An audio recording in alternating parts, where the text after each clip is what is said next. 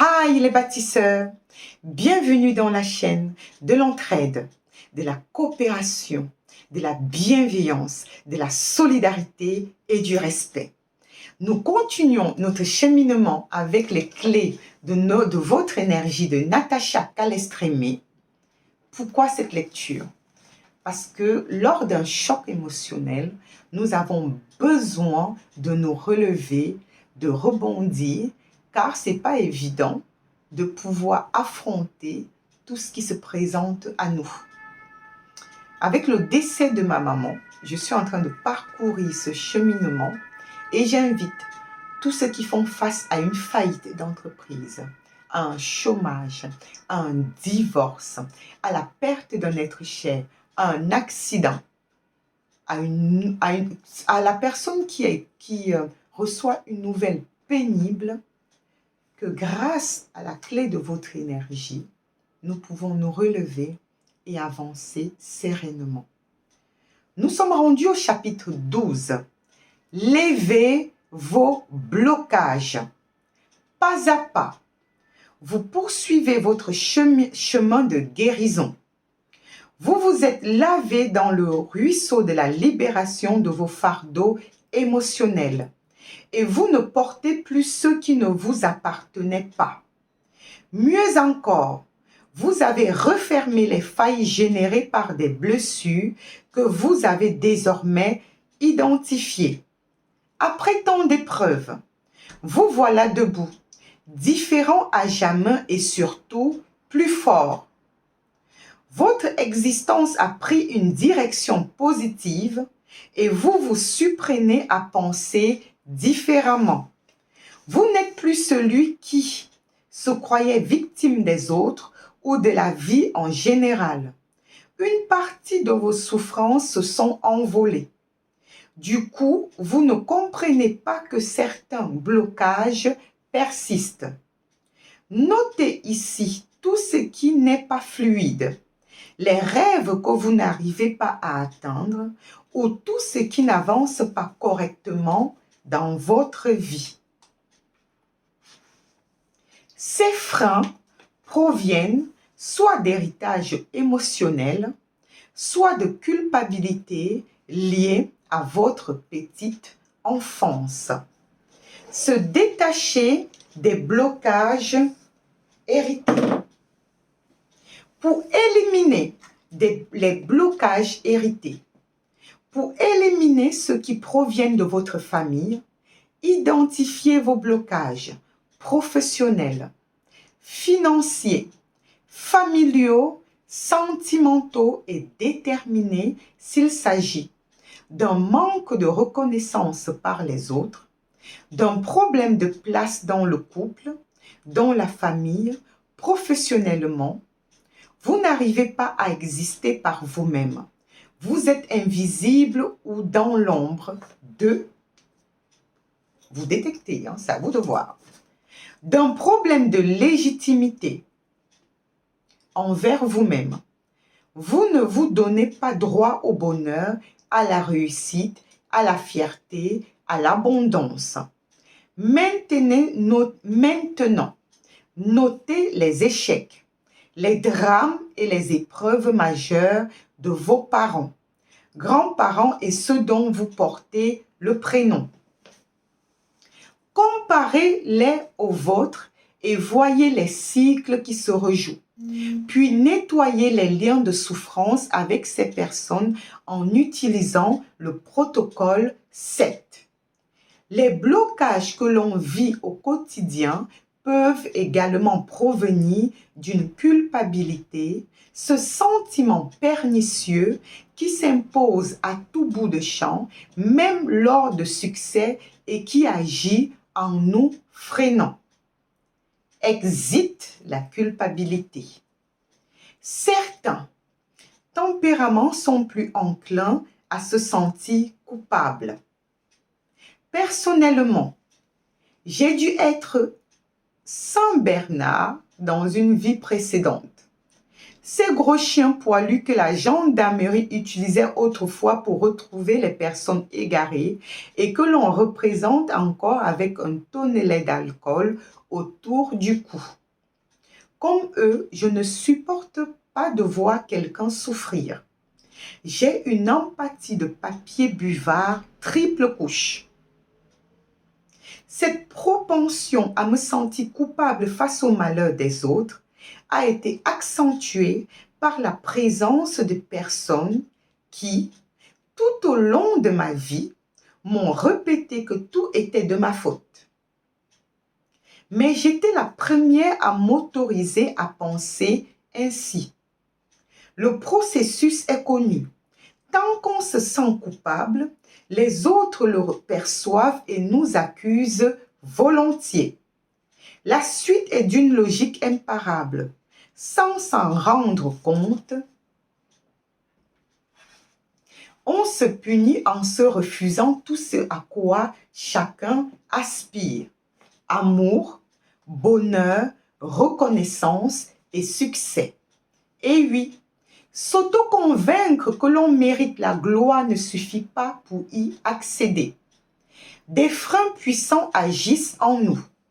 J'ai constaté que les personnes qui se plaignent de ne pas avoir une vie à la hauteur de leur engagement dissimulent un profond sentiment de culpabilité. Décryptons donc les 5 principales situations qui génèrent la culpabilité. En pole position, on a déçu un proche ou on croit que c'est le cas. Parce qu'on a menti, eu de la colère, on a oublié quelque chose qui importait pour l'autre, on a trompé l'autre volontairement ou pas, on a fait du mal à quelqu'un par négligence ou on croit que c'est le cas, on n'a pas tenu nos engagements, chercher du travail, arrêter l'alcool. Numéro 2. On n'a pas pu aider quelqu'un, y compris soi-même. Par exemple, à cause de notre absence, d'une phrase espérée mais que l'on n'a pas dite, d'un mauvais conseil, d'un manque de réaction face à une maltraitance, d'une impuissance devant la douleur d'un proche. On a causé la perte d'une personne ou on croit que c'est le cas. Lors d'un accident causé par erreur ou inattention, ou parce qu'on a dû faire un choix pour sauver une personne, y compris soi-même, ou encore si notre mère est décédée lors de notre naissance, ou qu'on a gardé un secret pour protéger quelqu'un et que cela a détruit une autre vie. Numéro 4. On a reçu plus qu'un autre, on a fait du mal en croyant bien faire. Si on est le préféré de quelqu'un, si on a reçu plus que l'autre, si on pense que notre bonheur et notre succès vont faire de l'ombre à quelqu'un, si on est seul à être en vie après un événement grave. Numéro 5. On a blessé quelqu'un volontairement.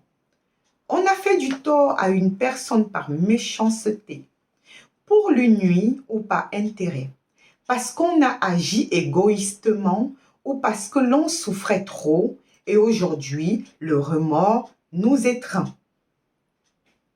Comment se libérer de notre culpabilité? Il suffit de se reconnecter avec quelqu'un que nous connaissons tous mais que nous avons oublié. Notre enfant intérieur. Il est cette partie en nous qui, à l'origine, était pleine d'enthousiasme, de vie et de curiosité, mais qui s'est fêlée suite à de simples remarques, puis des épreuves à répétition. Nous allons chercher le moment où l'ombre s'est dessinée sur notre visage afin d'y faire naître la lumière. Ce sont souvent des situations qui semblaient banales, sans grandes conséquences apparentes, et notre entourage aura du mal à les considérer comme étant la base de notre mal-être. Nous sommes vraiment seuls à mesurer la détresse vécue à ce moment-là.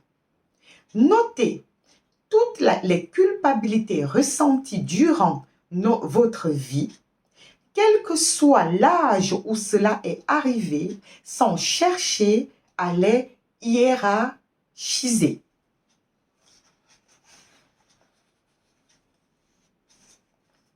Entourez la culpabilité la plus douloureuse, celle qui vous tourmente le plus. Si elle est actuelle, elle est la réplique d'un séisme survenu bien plus tôt.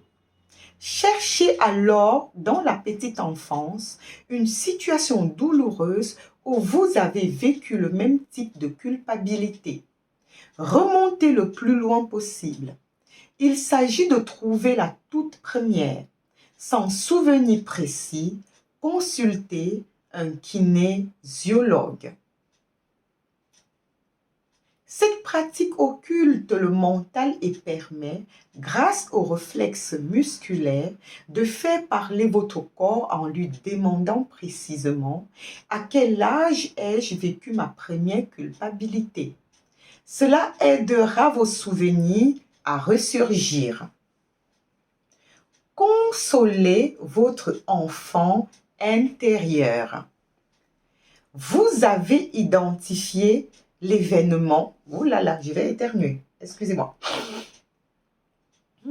Excusez-moi. Vous avez identifié l'événement qui a déclenché votre culpabilité. Il est temps d'évacuer ce sentiment. Comment faire? Comme en hypnose, je vous propose de revisiter le passé pour modifier l'événement en question à tout jamais. N'oublions pas qu'en raison de nos fameux neurones miroirs, le cerveau ne fait pas la différence entre une situation réelle et un exercice imaginaire. Il est perçu comme étant réel, en mettant notre imagination au service de notre intention. Nos souvenirs douloureux vont cesser de nous influencer. Protocole 9. Notre consolation. Vous avez identifié une culpabilité majeure. Si vous hésitez entre deux, choisissez la plus ancienne, même si elle vous paraît moins importante. Imaginez-vous aujourd'hui, tel un grand vous, en compagnie de petits vous, c'est-à-dire vous à l'âge où l'événement douloureux s'est produit. Mettez votre nom à côté de petit et grand. Par exemple, dans mon cas, je dis grande Natacha est en compagnie de petite Natacha. Tel un adulte qui prendrait soin d'un enfant en difficulté, grand vous va vers petit. Vous, avec bienveillance, en le prenant dans ses bras pour lui faire un câlin. Tel un adulte qui prendrait soin d'un enfant en difficulté, grand vous va vers petit vous avec bienveillance. En le prenant dans ses bras pour lui faire un câlin. Grâce à votre imagination, grand vous prend par la main, petit vous, et l'amène à l'endroit et au moment exact où vous avez vécu cette culpabilité dans l'enfance. L'autre personne qui a généré ce sentiment est présente dans vos pensées, comme si elle était réellement là. Numéro 3. Racontez à voix haute les événements comme si vous les reviviez. Au moment où la culpabilité entre en jeu, posez-vous les questions suivantes. Qu'aurais-je souhaité faire? Comment aurais-je aimé que l'autre réagisse et qu'aurais-je voulu qu'il dise? Imaginez l'attitude que l'autre aurait pu avoir afin de ne pas vous faire sentir coupable. Même si ça vous paraît inconcevable, et racontez cette suite embellie. Cette version doit être très agréable pour que petit vous cesse d'avoir de la peine. Si vous avez fait du mal à une personne intentionnellement, par négligence, égoïsme ou en raison du mal-être, petit vous demande pardon à grand vous pour les causes de cette culpabilité.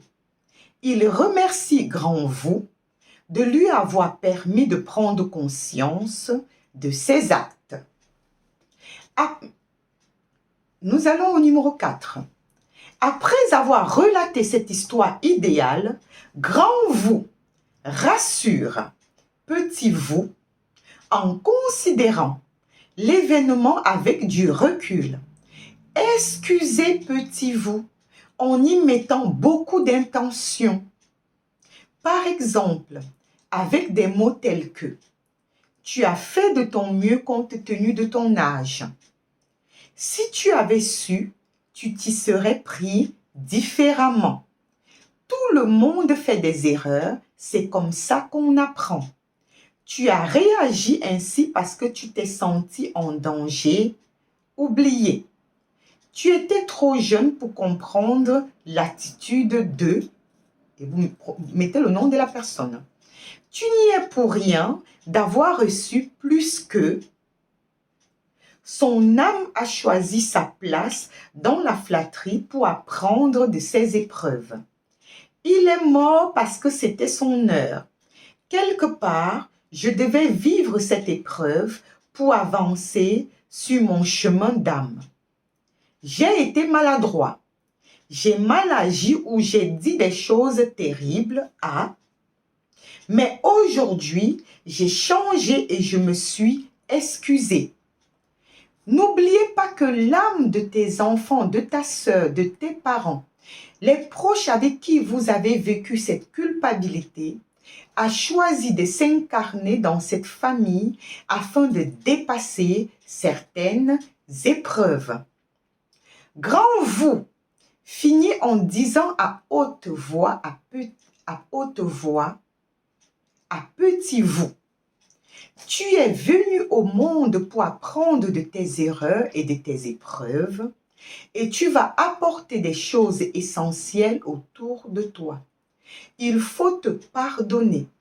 Tu es digne d'être aimé et tu as droit au bonheur. Plus tu seras heureux, plus tu pourras inspirer la joie autour de toi. Je serai toujours là pour toi, sans te juger. Tu n'as plus besoin du regard des autres pour avancer. Tu ne m'as jamais déçu et je prendrai toujours soin de toi. Je t'accepte tel que tu es. Ça fait trop de lumière. Je t'aime inconditionnellement et pour toujours. Je t'aime inconditionnellement et pour toujours. Je t'aime inconditionnellement et pour toujours. Et comme la bonne charité commence par soi-même, nous nous le disons. Je m'aime inconditionnellement et pour toujours. Nous allons constater qu'actuellement, en Afrique, il y a un problème de crise identitaire, des femmes qui se décapent, des femmes qui se mettent des perruques, des femmes qui ne veulent pas accepter la partie d'eux qui représente la femme ébène, la femme noire. Donc, au fond, c'est parce qu'en elle-même, elle ne s'aime pas. À cette femme-là, je demande à ce qu'elle puisse répéter tout au long de la journée, je m'aime inconditionnellement et pour toujours. Remarque, il est important que votre grand vous arrive à convaincre votre petit vous qui n'est plus seul et qui l'aimera toujours sans condition. Il faut trouver les mots pour réparer le mal-être et enlever la colère, la peur de mal faire, le mal de vivre, la culpabilité, la honte, les sensations d'abandon et les angoisses de cet enfant qui a souffert. Ici, vous n'avez pas besoin d'apprendre les phrases par cœur. Restez spontané. Si les larmes coulent, c'est la preuve d'une belle libération.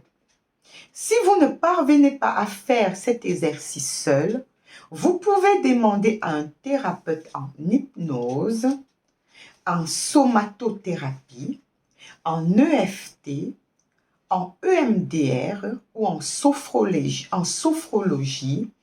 toutes les techniques qui travaillent sur la gestion des émotions, de vous assister dans cette démarche de petit et de grand vous.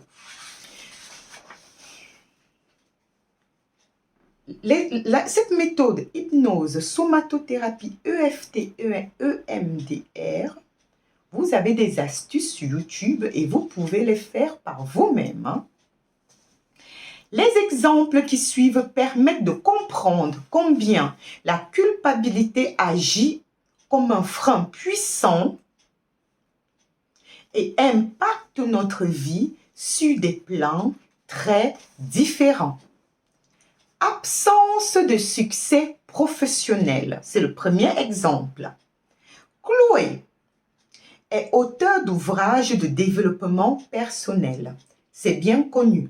On peut être excellent conseiller et peu efficace pour soi-même. Aussi fait-elle appel à mon aide car elle se s'est engoncée dans une culpabilité sans fin qui handicape son bien-être ainsi que le succès de ses livres. Le souvenir de cette émotion remonte à ses 4 ans. Son père venait d'acheter un tube de colle et l'avait posé sur un guéridon de valeur.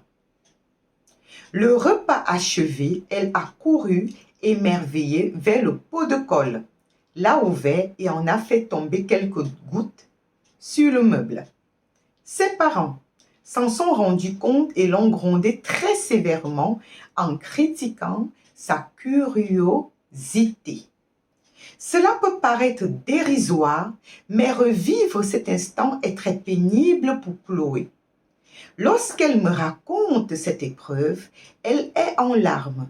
Je lui demande donc d'imaginer grande Chloé, aujourd'hui, prenant par la main petite Chloé, à 4 ans, qui raconte l'histoire jusqu'au moment fatidique.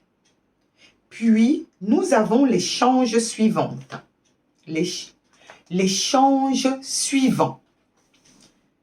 Qu'auriez-vous souhaité que vos parents disent quand ils ont découvert la colle sur le meuble? Que ce n'était pas grave. Ce n'est pas assez pour réparer.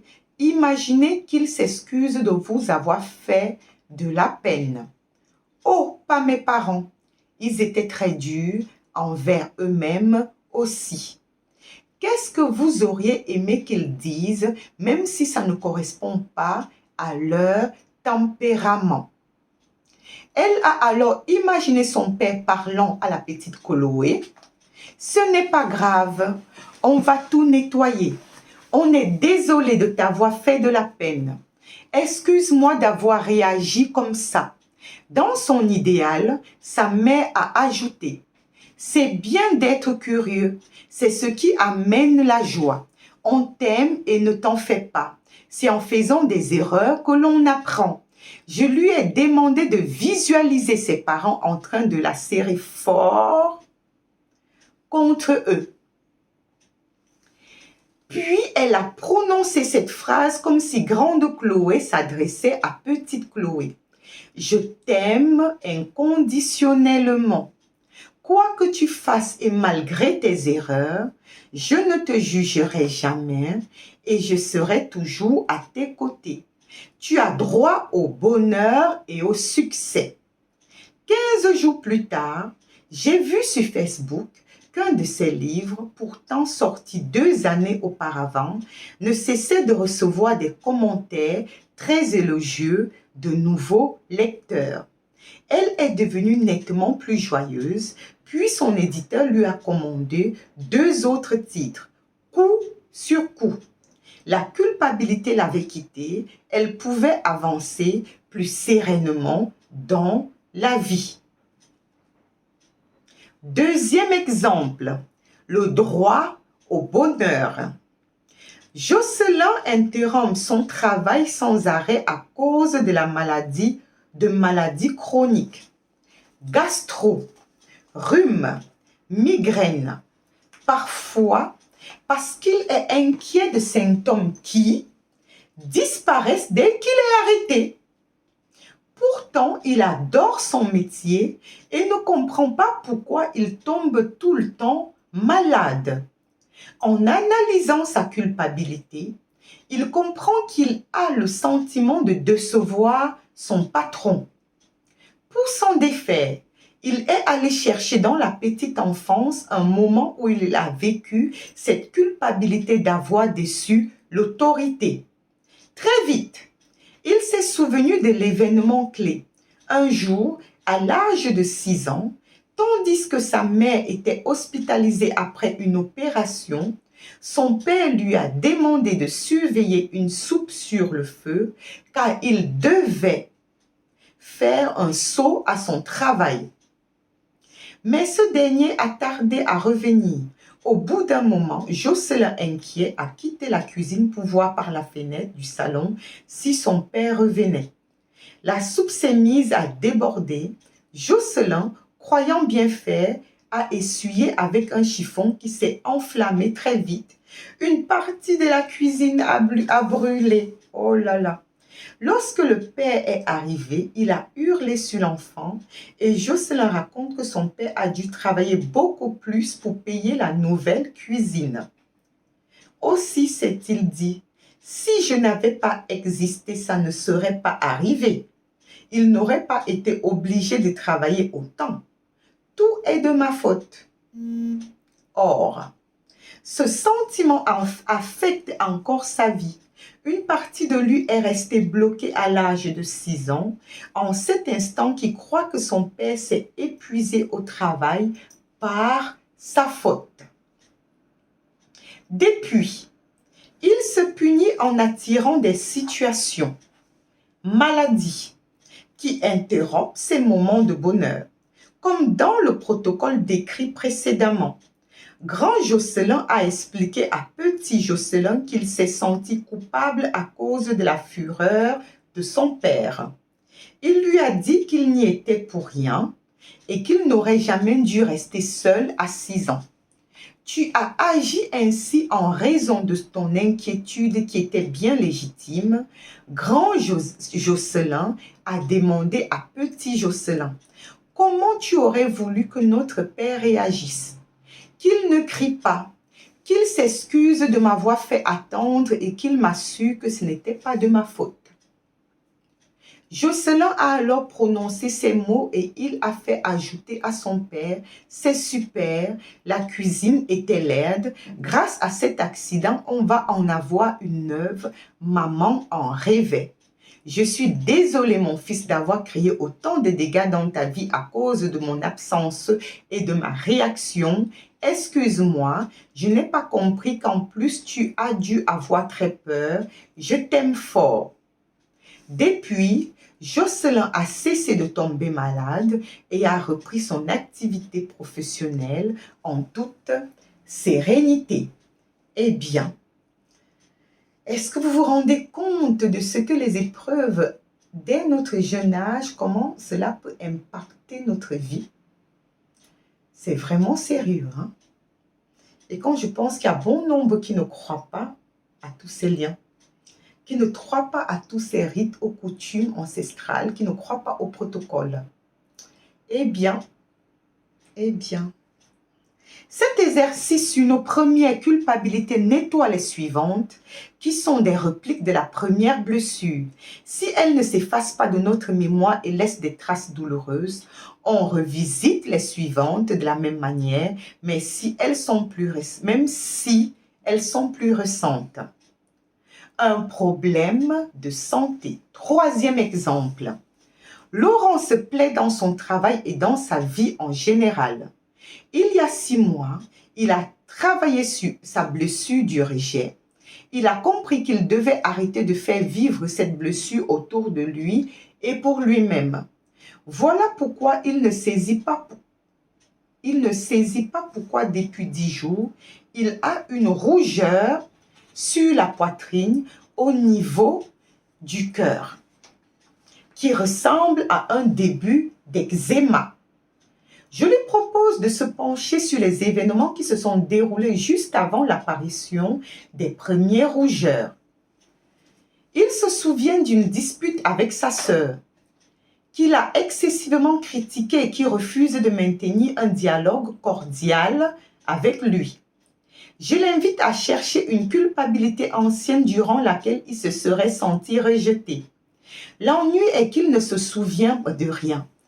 Il me cite juste une anecdote qu'on lui a souvent racontée, en riant. À la naissance de sa sœur, chaque fois que ses parents s'occupaient d'elle, il faisait une bêtise. Grand Laurent a donc parlé à petit Laurent et la rassurant en lui disant « Je serai toujours là pour toi et je prendrai soin de toi. Même si nos parents ne peuvent pas s'occuper de toi, je ne te rejetterai jamais. Tu n'as pas besoin du regard des autres pour avancer et je t'aime inconditionnellement, quoi que tu fasses. » Le même jour, le problème de peau perdait de son intensité. Il n'avait plus aucune trace au bout de 3 jours sans l'aide d'aucun traitement. Si vous ne vous souvenez pas d'un événement culpabilisant de la petite enfance, penchez-vous sur ce que votre famille raconte sur vous en riant, sans se rendre compte que cela cache une blessure de culpabilité. Quels mots sont utilisés dans votre famille pour parler de vous lorsque vous étiez enfant? Nous prenons l'exemple numéro 5.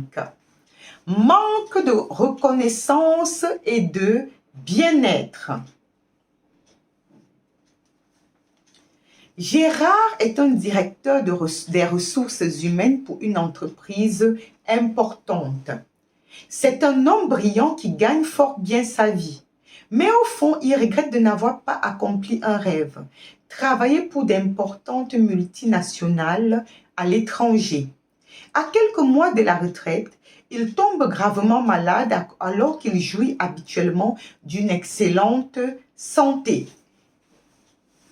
En cherchant d'anciennes blessures de culpabilité, il a constaté qu'il se croyait responsable de la mort de son cousin, écrasé par une voiture tandis qu'ils jouaient ensemble lorsqu'ils étaient enfants. Il a compris qu'il s'était toujours plus occupé des autres que de lui-même et que vraisemblablement, il se punissait en se refusant une réussite à la hauteur de ses ambitions. Quant à sa santé, cette même culpabilité le privait d'une source de liberté et de bonheur qui lui offrait sa future retraite. Pour se libérer, Grand Gérard a dit à Petit Gérard, « Si c'était toi qui étais décédé, voudrais-tu que ton cousin soit triste et qu'il t'empêche d'être heureux? Bien sûr que non. Alors profite du bonheur, tu n'es pas responsable de sa mort. N'oublie pas que c'est son âme qui a décidé de s'en aller. » Notons que dans son cas, Gérard a été contraint de refaire plusieurs fois le protocole pour que la culpabilité s'éloigne vraiment. Il a alors envisagé de se retirer de la vie professionnelle soulagé et en bonne santé. Ironie du sort, 3 mois avant de prendre sa retraite, un de ses anciens employeurs lui a finalement proposé de prendre la tête d'une importante ONG à l'étranger. Vous pouvez également faire cet exercice entre grand vous et petit vous et revisiter le passé en l'embellissant pour n'importe quelle émotion déplaisante. Colère, frustration, honte, peur, angoisse. Il suffit de chercher dans votre petite enfance la première fois que vous avez ressenti la même émotion, puis imaginez le revivre aujourd'hui. Au cours de cette démarche, prenez soin de vous, rassurez-vous, dorlotez-vous, prononcez les mots qui repartent ce sentiment comme vous le feriez avec un enfant que vous aimez. En réécrivant l'histoire de l'événement qui a généré notre culpabilité, notre mental cesse de l'intégrer comme un traumatisme. Ce retour sur le passé qui ne dure que quelques minutes enlève pour toujours les schémas qui nous limitaient et soulage le reste de notre vie. Natacha Calestrémé, à la fin du chapitre 12, a mis en place, je ne sais pas si vous allez pouvoir le voir, hein, capter et agrandissez l'image, a mis en place ce schéma qui vous permet de bien comprendre le processus. Donc, mettez sur pause, vous captez l'image, vous l'agrandissez. Voilà. Nous cheminons ensemble dans ce processus pour nous sortir de nos chocs émotionnels. Nous allons avancer pas à pas, nous relever de nos épreuves. Il est vrai que ça fait partie de la vie, hein. Je sais que ça fait partie de la vie, mais nous devons nous relever. Hi les bâtisseurs, je compte sur vous. Ensemble, bâtissons.